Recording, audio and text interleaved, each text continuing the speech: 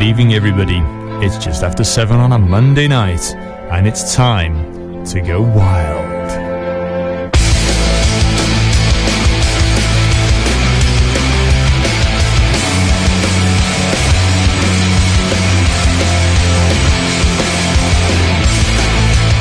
Welcome to the Time to Go Wild radio show here on Halton Community Radio 92.3 FM. We are also live across the internet on ws.hcr923fm.com/listen and on TuneIn. You can contact the show radio at widnesworld.co.uk and via Facebook and Twitter.com/ttgw radio. You can contact us by telephone 01928 835 291 and by text 07716 672 874. Start your messages with TTGW. All messages charged at your standard network rate. I hope you're ready. It's time to go wild.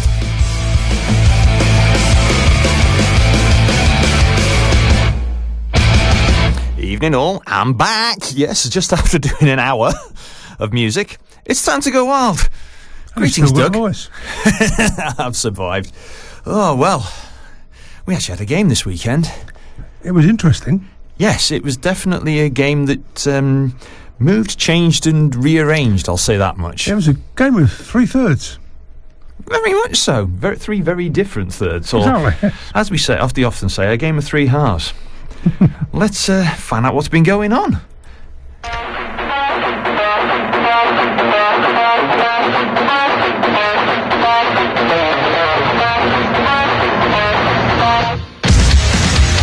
Okay, time for the classified roundup of all the results across the Elite Ice Hockey League and the IHA Women's Premier League, NIHL Division 1 North Morley and NIHL Division 2 North Layla. Going back to Wednesday the 31st of January in the EIHL Challenge Cup, Nottingham Panthers 1, Belfast Giants 5, Sheffield Steelers 6, Cardiff Devils 2. Moving into the Elite League on Wednesday, Milton Keynes Lightning 1, Manchester Storm 4. On Friday, Belfast Giants 4, Cardiff Devils 3 after overtime. Moving to Saturday, Braehead Clan 3, Fife Flyers 2, Dundee Stars 5, Edinburgh Capitals 4, Manchester Storm 9, Coventry Blaze 1, Milton Keynes Lightning 0, Guildford Flames 3, Belfast Giants 2, Cardiff Devils 3 after overtime. Sheffield Steelers 5, Nottingham Panthers 4. On to Sunday the 4th of February.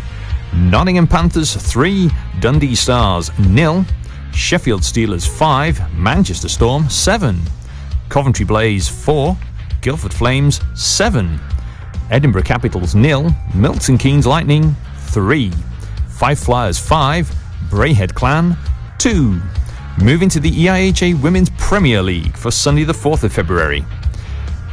Kingston Diamonds 5, Bracknell Firebees 8, Milton Keynes Falcons 4, Chelmsford Cobras 2. Into NIHL Division 1 North Morley. For Saturday the 3rd of February, Telford Tigers D1 9, Blackburn Hawks D1 1, Nottingham Lions 1, Billingham Stars 6, Solway Sharks 5, Solihull Barons 2.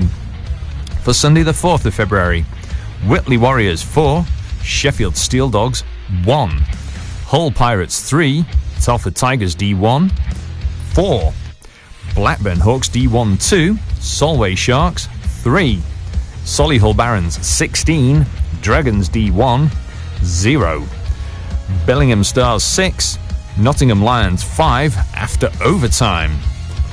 Moving to NIHL Division 2 North Layla for Saturday the 3rd of February.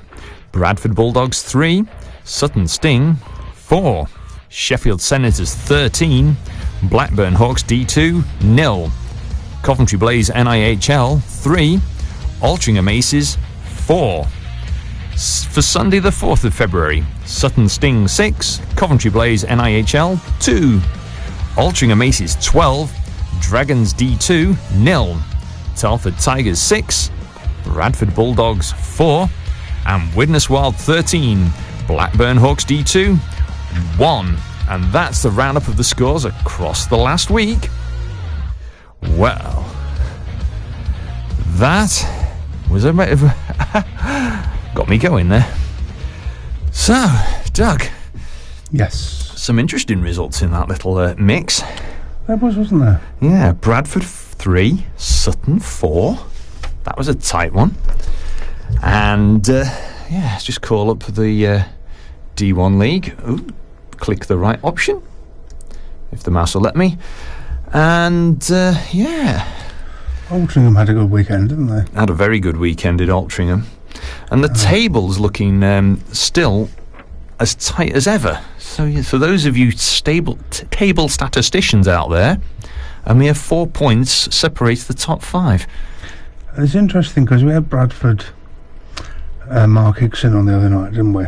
And if you look at the results of the Bulldogs of the weekend, on Saturday they lost 4-3 to this thing, and on Sunday they lost 6-4 to Telford.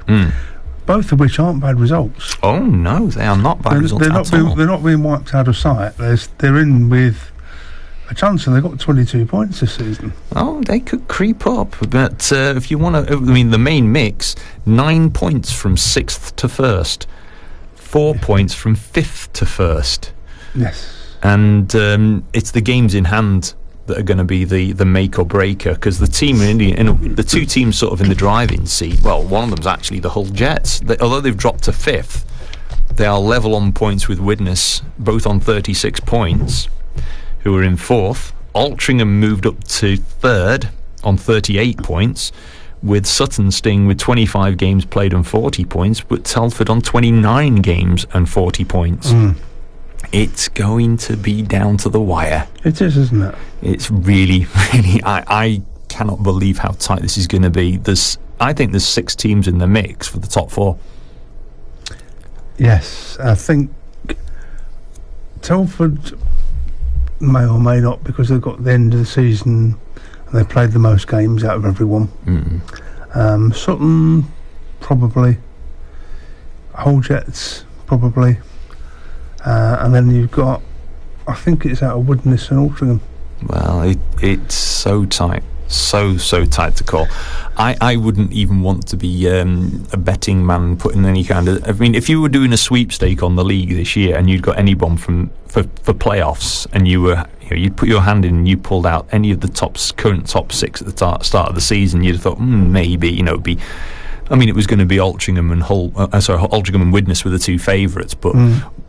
After what happened in the last sort of 2-3 years with Hull, they've been the team on the move this year, and they're though they're 5th, they've got a really big flight ahead of them, and to coin the pun, and they are flying high, and they could really jump up with those games in hand.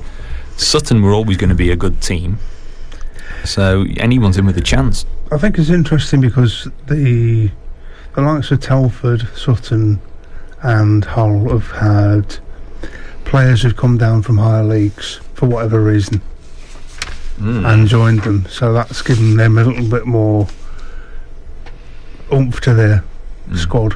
Yeah, definitely. Whereas if you look at, say, the Senators, Widnes and Altrincham, they've kept similar squads. Yeah, very much. They've built on with players who've known each other, and they've not had sort of like a few elitish players or N1 players coming down. They've kept to their core squads, even though you did have Altrincham and the Eagles join each other last year. And we are going to give a massive shout out to both netminders from the Blackburn Hawks D2. Luke Wilson, who started in goal and unfortunately ended up with several Stone of Lee Kemp landing on top of him, and Evan Corner, who stepped into the breach and made some absolutely superb saves. Well, it's Evan Corner.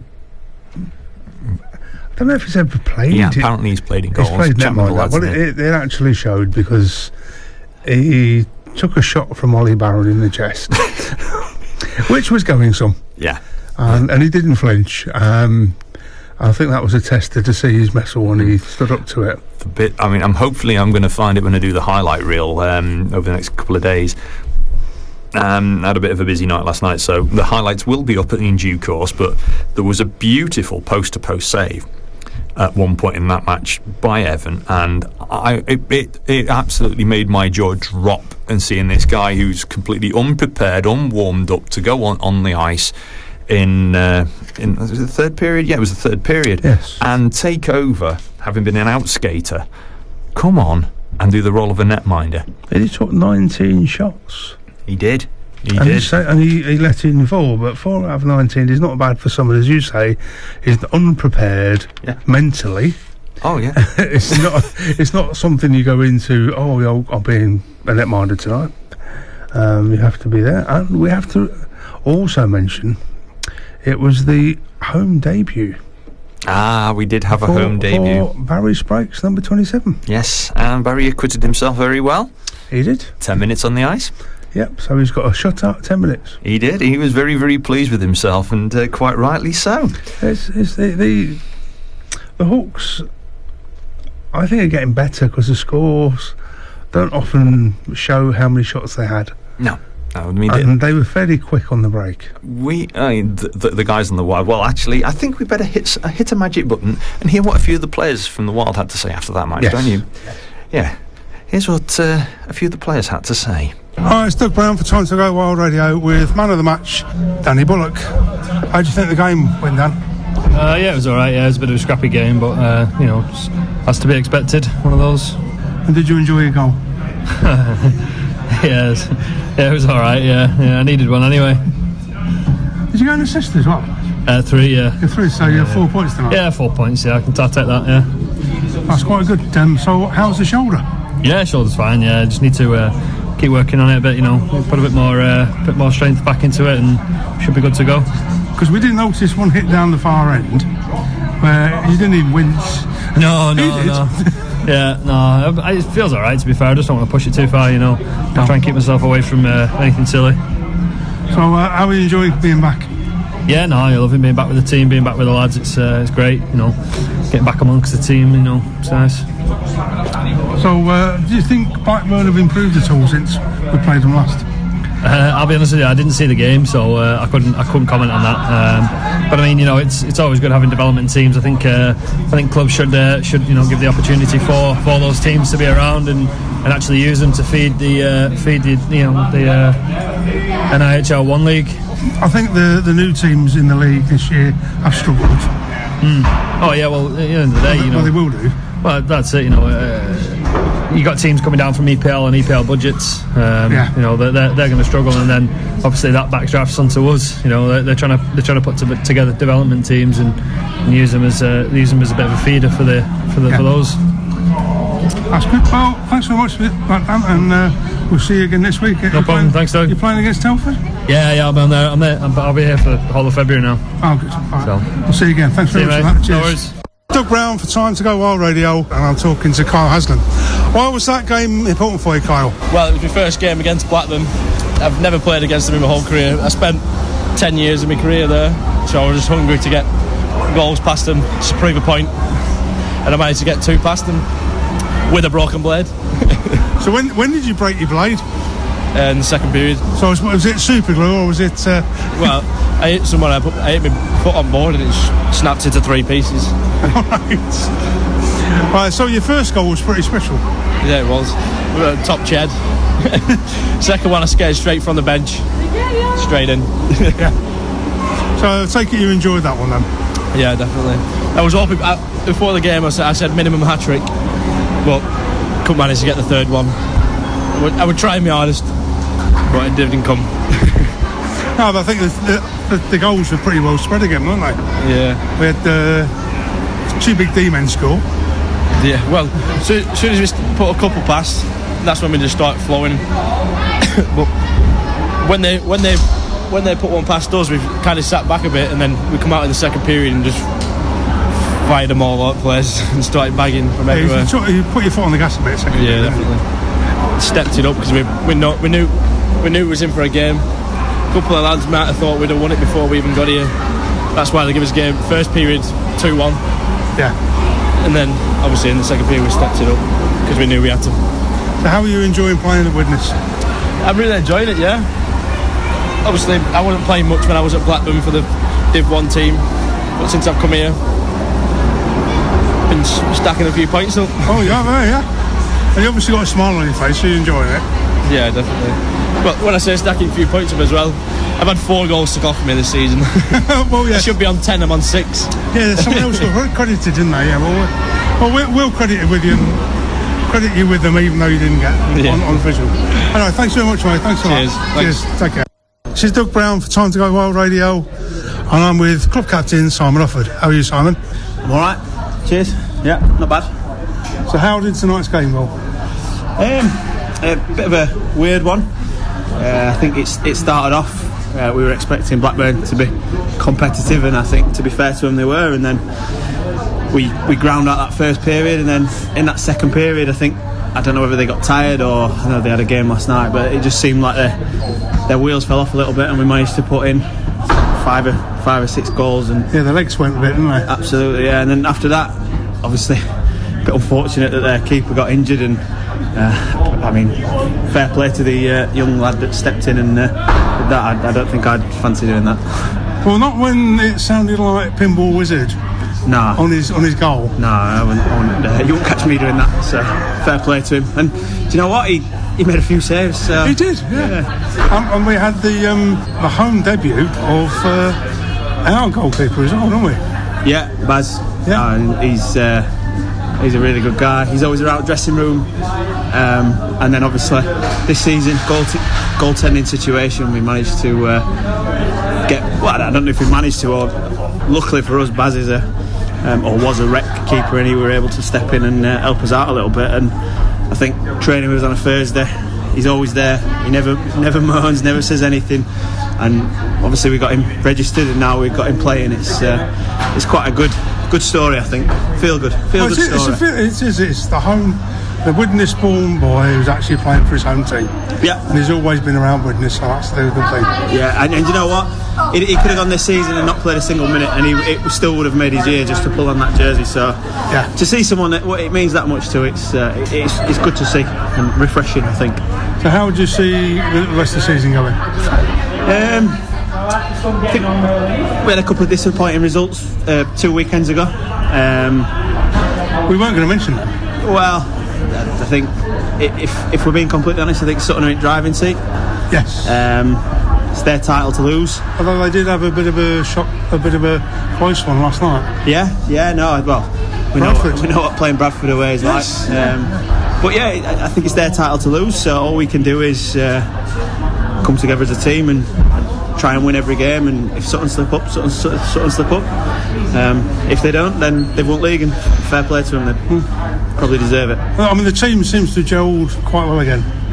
Yeah, it's frustrating because we seem to have a run of results where we're really on top, and then whether it be people missing or just something seems to have cropped up at vital times this year and really sort of derailed us a little bit. And I mean, to be fair, the 2 games we lost to Bradford, their goalkeeper stood on his head. I don't think I've ever seen anything like that. But again, teams like Sutton, teams like Telford are beating the sort of Bradfords, the Coventries, so that could be eventually where we slip up. But you know what, fingers crossed, we push on and just take it one game at a time. Absolutely, yeah, see what happens. Big weekend next weekend. Yeah. So okay, well, good luck for Telford and who's the other who play? We play D-side on Sunday. Telford and D-side on Sunday. You should probably know that, Doug. I know, I probably wouldn't. I know Telford's away, so we're going to see Telford away. Yeah. And then D-side on Sunday. That will be very interesting. Yeah. We'll see what they're playing like after last time. Thanks very much, Simon. Thanks for that. Yeah, no problem. Cheers. So, yeah, some interesting words there from all 3 players, from Danny, from Carl and from Simon. It was one of those games that started off very scrappy. Yeah, it was one of those ones where you wondered we were going to slip up again. Yeah. There was a bit of a... They score a goal, and we're like, here we go again. And then I think their legs went second period. They'd had a fairly heavy game the day before. They had. I mean, they weren't overly short benched, but the Wild decided to step up a gear. Yeah, I mean, I know. The lines, the plays were a little different to normal. So I mean, it was one of those games where you can sort of take a step back, but you do that at times and you get punished. And we did. Yes. You know, they quite rightly punished us, but in that third period at one point, it got rather musical on their goal, didn't it? It did. It reminded me, as I said to you afterwards, it reminded me of Pinball Wizard. Yeah, so I think we better take a break for a song, shall we? Yes. A little bit of The Who? Yeah, Pinball Wizard.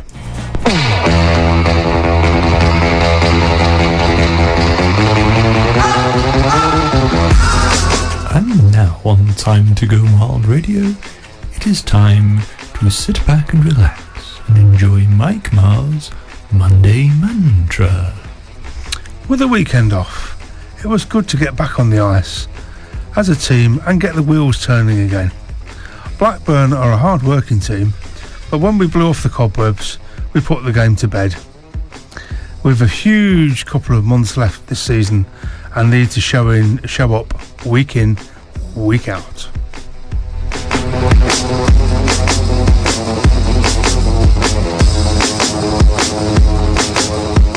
Join us again next week for more wise words on Mike Marr's Monday Mantra.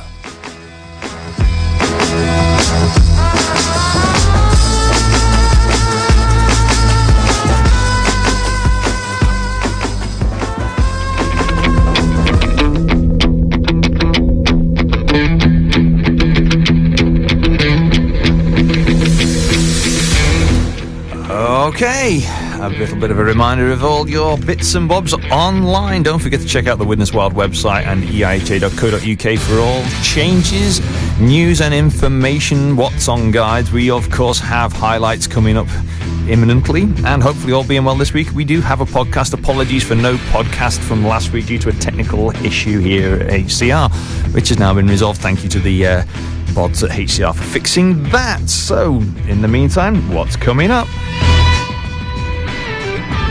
Well, Saturday the 10th of February, Bracknell Firebees play the Widnes Wild Women.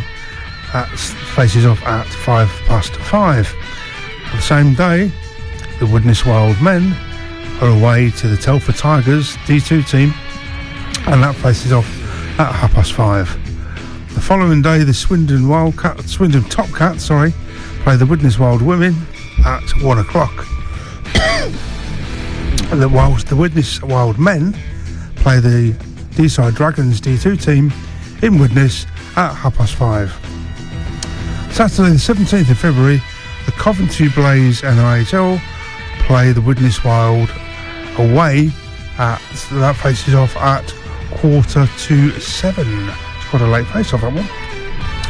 And then Sunday, with the Widnes Wild Women are in action again, they play the Kingston Diamonds away, and that faces off at 12:30. On Sunday the 18th of February, the Halton Huskies play the Whitley Bay Sharks at home, and that faces off at 8:30. On Sunday the 25th, the Widnes Wild Women are at home to the Kingston Diamonds, and that faces off at 5:30. The same day, the Blackburn Hawks play the Widnes Wild, who are away, and that faces off at 5:45. And finally, last but by no means least, on Sunday the 25th of February, the Halton Huskies play the Sheffield Ice Tigers in Widnes, and that faces off at 8:30. That's a busy night, that one, for hockey, so there's no reason for you to miss out on a game on the 25th of February, is there? No, it's you can see rec or women's or men's. Yes. So yes, lots to look forward to. Now, I'm giving this out just as a general shout out. Sunday the 18th of February was originally scheduled to be the Widnes Wild at home to the Blackburn Hawks D2, and of course that fixture was played yesterday. If we hear any news about that date, there may be a fixture, there may not be, we don't know yet. We're waiting for that to be confirmed. So keep an eye out on all your social media outlets, Twitter, Facebook, and Widnes Wild's website and the EIHA website for any details. For the 18th of February, there may be a game, but we don't know. I'm literally just speculating at the moment. As if we hear anything while we're on air, we will let you know. But to now, there isn't a fixture, but there may be. Things are in progress because, of course, of the unfortunate incidents last weekend when we couldn't have a fixture because of a problem at Widnes Ice Rink. So we shall let you know as and when. Goodness me, it's just gone 5:30. You know what? I think we should take another break. And because we've done a lot of stuff on the fixtures, you know, what's nice is when the crowd are all behind them. It gets rather loud. And of course, we want everyone there for was it 4 games we've got left at home? I think so, yes, 4 games. It was 5 last week, you're down to 4. Yep. And we want you all there, loud and proud every week. We do. And we want especially the whole game. Oh, yes. We want a packed out crowd that night. Oh, yes. We want it to be one wild raising night. Raising the roof on that night. Or we want people to come and feel the noise. I love finding cheesy links, but anyway, that's what the song's going to be now. We want to see you there at the coming games at home for the Widnes Wild. Come feel the noise at Wild Games.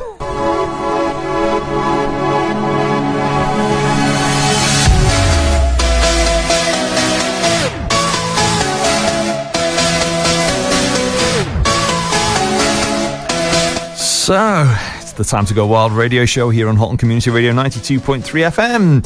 And we've got a few newsy articles for you.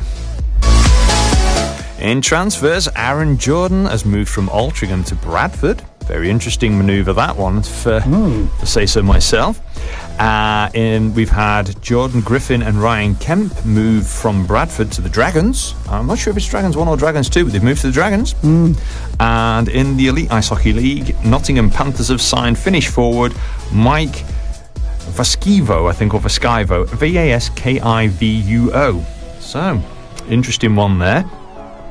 Grimsby Stormers were playing the Halton Huskies at the weekend as well. We omitted them from the main fixture list, but we want to give them a shout out because it was Grimsby Stormers 26 and Halton Huskies 3. And poor Steve Burns, I think he was chatting to me earlier on text messaging, and he said he's still having nightmare from seeing pucks. Yes. So, well, he would do, because it's a very small ice rink, isn't it? It is apparently very small, and they can take slap shots from their own blue line. And so you can't really relax. No, ever. Not really. No. They apparently they're a very good skating team at Grimsby, and they were jumping on, in a manner of speaking, because of the tightness of the rink. But yeah, it was a very fast game. Also, from eiha.co.uk, we've got news of the NIHL unplayed, National Cup tie.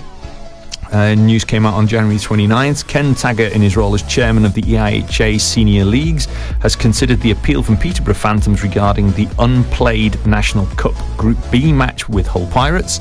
The original decision to void the fixture with no points awarded has been upheld. A full written response has been sent to the club and its solicitors. Ensuring that both parties have had sufficient time to respond has been of the utmost importance to the LMC. However, as over 5 working days have now passed without a response from either the club or the solicitors, the LMC considered the matter now to be closed. Interesting. A couple of other announcements, and unfortunately both sad announcements. The passing of hockey player Oleg Sinkov in the past week. Oleg played for Trafford Metros, Blackburn Hawks, Paisley Pirates, and more notably for myself, he played for Kingston Hawks and the Hull Thunder. I actually saw him play for Hull Thunder. A very, very skillful player was Oleg. He wasn't a physical player, but my goodness, he had good hands and could skate. So yes, it's very sad news of the passing of Oleg Sinkov. And a final shout out to the Farrow family. Yes. For the loss of Simon Farrow, who worked at the rink and was a good friend of the rink and of the Widnes Wild and all the Wild family.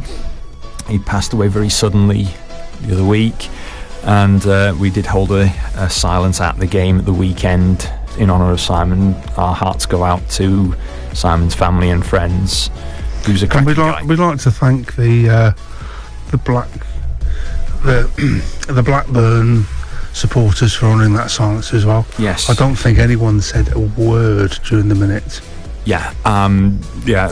It's one of the quietest moments in that rink I think I've ever heard for anything. It was, you could hear a pin drop. And Simon, I'd known Simon from when I first went in the rink, and he was a lovely guy. Really, really, really great to know, to have around, and he'll be missed by everybody, and our hearts do go out to the whole family. Anyway, after that, a couple of other little bits of news, haven't you? Own and loans. Oh yes, we have three shirts left. We have Nick Manning's warm-up, Kyle Haslam's warm-up, and Barry Sprague's away shirt. That's all that's left. Yeah. So there, out of us, I think I counted 78 shirts. Something like that, yes. 3 left. So come on, there's still time to get a Cressy for somebody. Towards the end of the season, only 3 shirts to go. In the meantime, time for a little bit of this.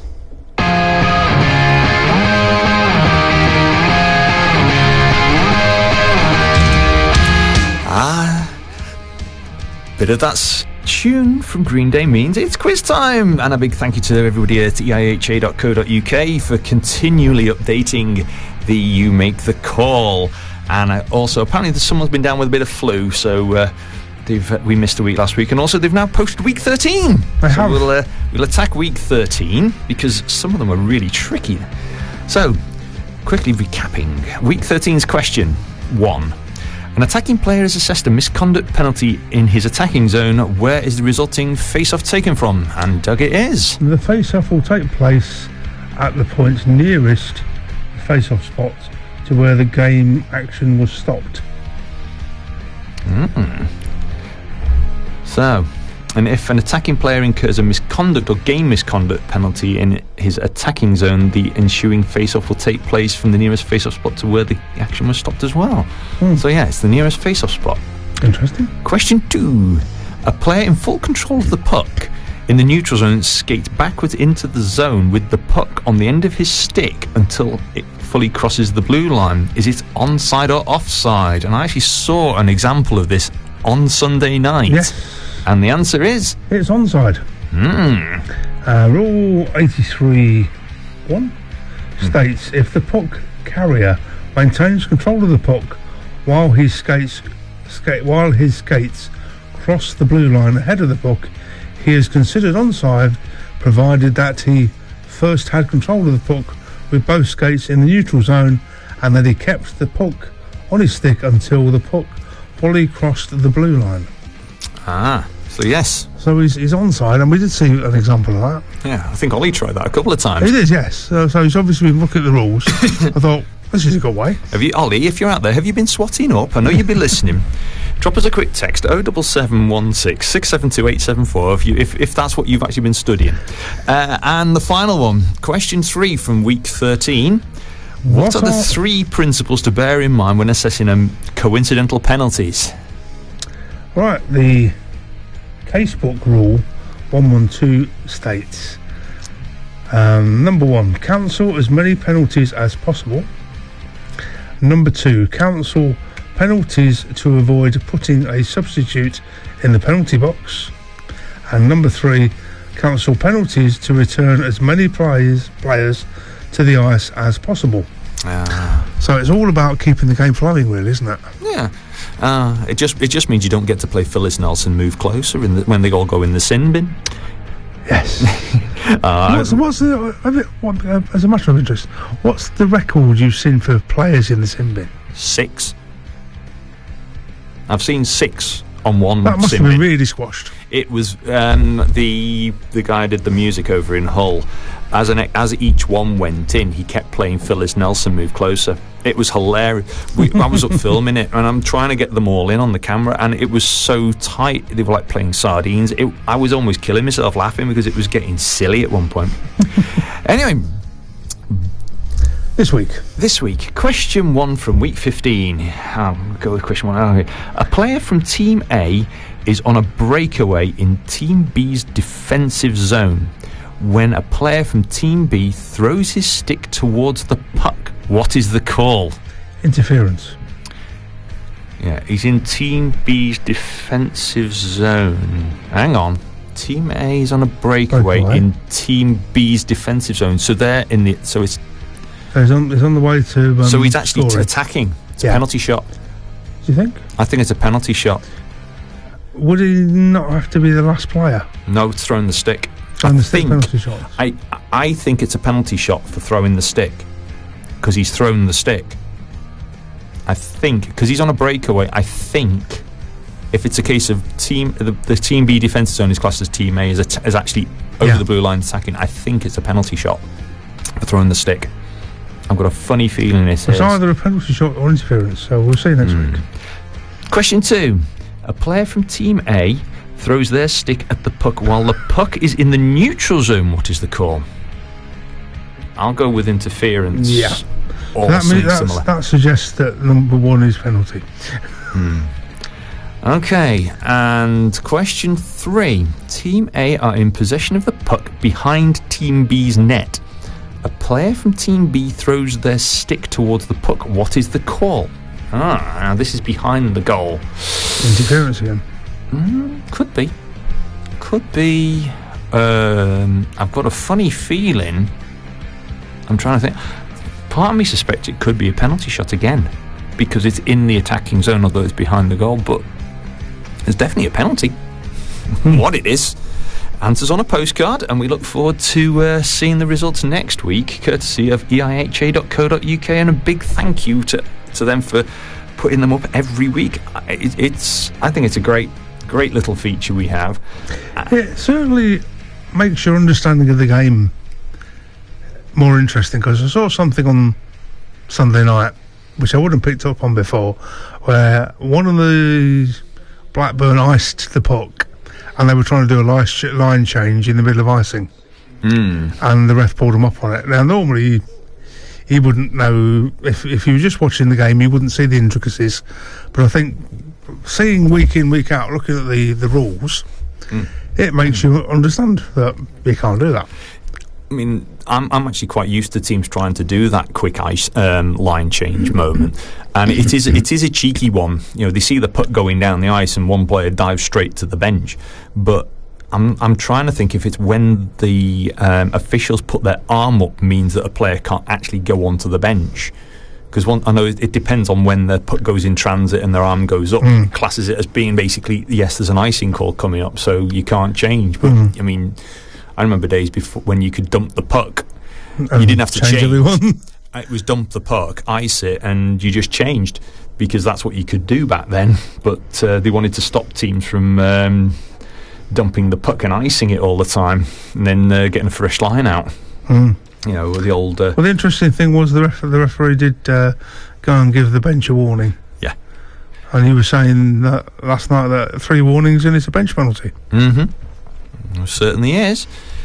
But, well, just having a quick look back at the women's table, actually, briefly. I mean, it's... at the moment, it's pretty much Chelmsford and Swindon in control, the top of the table, I think, on that one. Yes. But... the middle of the table is Falcons on 8, Diamonds on 4, and then 3 teams on 2. Yeah, so in a way, it's actually the middle of the table is actually quite open at the moment. Yeah, so presumably their playoffs, do they have 4 teams? Answers on a postcard, I think, if someone can let us know. I know Amanda would know if she was around. So if you're listening, Amanda, please let us know. I know you do catch the end of the show, as we were talking last night.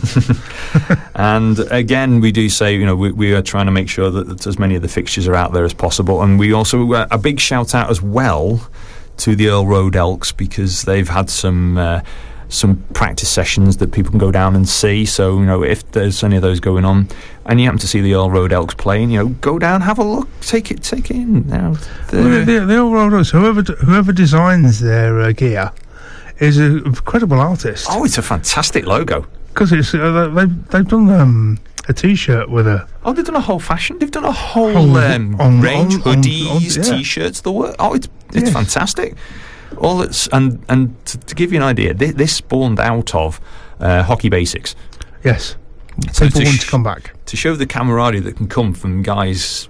You know, and I say guys, you know, men, women, anyone, you know, going out there, just playing hockey to have fun, and they've come up with a fantastic logo and their own little fashion range to go with it, of accessories, T-shirts, hoodies, etc. I think it's fantastic, absolutely fantastic. So check them out online. I know they've got a Facebook page, and of course we've got the the Halton Huskies, and we've got the Riverside Raiders, and they've got a load of fixtures coming up soon, so they will be slotting them. They were busy practicing last night, the Raiders. Yes, they've got some big games coming up soon.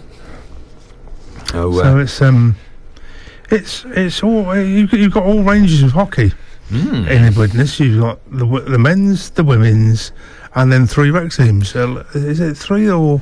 It's 3 main rec teams at the moment. And, of course, the juniors. Now, there was a juniors game at the weekend, and I was seriously impressed. It was Manchester Storm under-13s against Billingham Stars under-13s. And watching it, it was played at a seriously good pace. I was really, really impressed. And, Manchester were holding their own at 1-0 and for the best part of 2 periods, and then the third period, it just ran out of steam, and Billingham were able to really just punished them in the end. But to be honest, Manchester's goaltender, he was having a cracking game. He really was. Some of the saves was like, where is he pulling these off? I mean, it was played at such a really good pace, and this is under 13s. It was a fantastic thing, and it was. So under 13 is that non-contact still? Yeah, it is on checking, but. They were skating it out at such a pace. It was really, really good. Proper.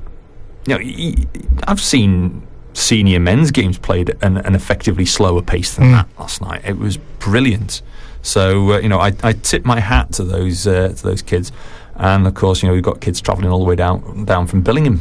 Yeah, and then travel back, and it was actually pretty well attended. In fact, I'll hold my hands up and say I was there by accident, because I'd forgotten that the face-off was 6:30 for the Wild game. So I turned up, and it's midway through the first period, and thought, oh, okay, I'm going to lurk around and watch it. Yeah, a little bit more table talk. D1, that's pretty tight between the top 3. 4 just with Solway, but yeah. But Solway flew high last year, but this year it's pretty telling. Solway played 4 games extra. But it's pretty telling where the top of that table's come. And it is. You've got the Tigers, the Steel Dogs, and the Pirates. Once they found their feet. Where did they come from? Yeah. Well, which league was that? But, I'll say credit where credit's due. In the past, I can say from, I don't know, people might say, oh, he's talking about Hull experience again, but I've seen Hull move from different league to different league, and they've struggled often in the very first season in the change of league. But this year, whatever they managed to do in the EPL, and the same with the Steel Dogs and the same with the Tigers, they've managed to keep the core of the team. And it's shown. Yes. Admittedly, there are other underpinnings to it, but, it's what happens now, and hopefully the quality has shown through. The quality has also come down through all the other teams, and it's helping the level of hockey improve. I really, really hope that is the case through D1. Looking at that, if you look at the penalties in match, there's one team there that's got over 500 minutes. There's one with over 700. Sorry, I missed that one. You got one team with 565 and one team with 770. I'm going to discount the Dragons for 770 penalty minutes, because there's probably a lot of those have been accumulated for. Things get tired. Yes, but when you got but Solihull have always been a very physical team. They're always a gritty team, so that doesn't surprise me. But. It's fairly level on most of the league on penalty minutes. The top of the shop, Telford Tigers, have only got 202, which is the lowest in the league. And sometimes if you stay out the box... Well, you've got 5 players on the ice, haven't you? So, oh, yeah. That's the... And in the meantime, looking at D2, well, it's very telling. In your top 5, you got Sutton on 304 penalty minutes... Altogether 728. Yeah, almost over double what Sutton have got. Yes, which again is telling. But Altrincham managed to grind out those wins because they are a very physical, very strong team this year, and they have an ability to grind out a win. It's quite interesting. You mentioned that one of their players has moved to Bradford. So Yes, Aaron Jordan's moved to Bradford, but then you've got 2 Bradford players who've moved to... It just says the D-side Dragons now. I don't know if it's the D1 or the D2 team, so I've not been able to find out from a game sheet either, but it was on the Dragons Twitter feed. about Jordan Griffin and Ryan Kemp. So, I've just realised I've not done one bit I've missed, and I'm just going to find this to do it. Because the EIHA Player of the Month for January was out. So a quick shout out to the Player of the Month for South 1 Britain, which was Michael Farn of Streatham Ice Hockey. For South 2 Wilkinson, it was Lucas Smittle from Slough Jets, who we nicknamed Shorthand Smittle at one point when he was playing for the Bracknell Bees, because you didn't let him lose short-handed. So yeah, Lucas Smittle from now at Slough Jets. For North 1 Morley, it's Chris Sykes from the Billingham Stars. And from North 2 Laidler, Dominic Martin of the Sutton Sting. So congratulations to all those players on being awarded the EIHA Player of the Month. That's been fairly evenly spread, hasn't it? Yeah. I think, to be honest, it's hard to really pick standout players in the month. One player, there's two players actually recently who I can definitely give a big thumbs up for being candidates for Players of the Month. And they're both one's a goaltender and one's a standing goaltender. One from Bradford and one from Blackburn.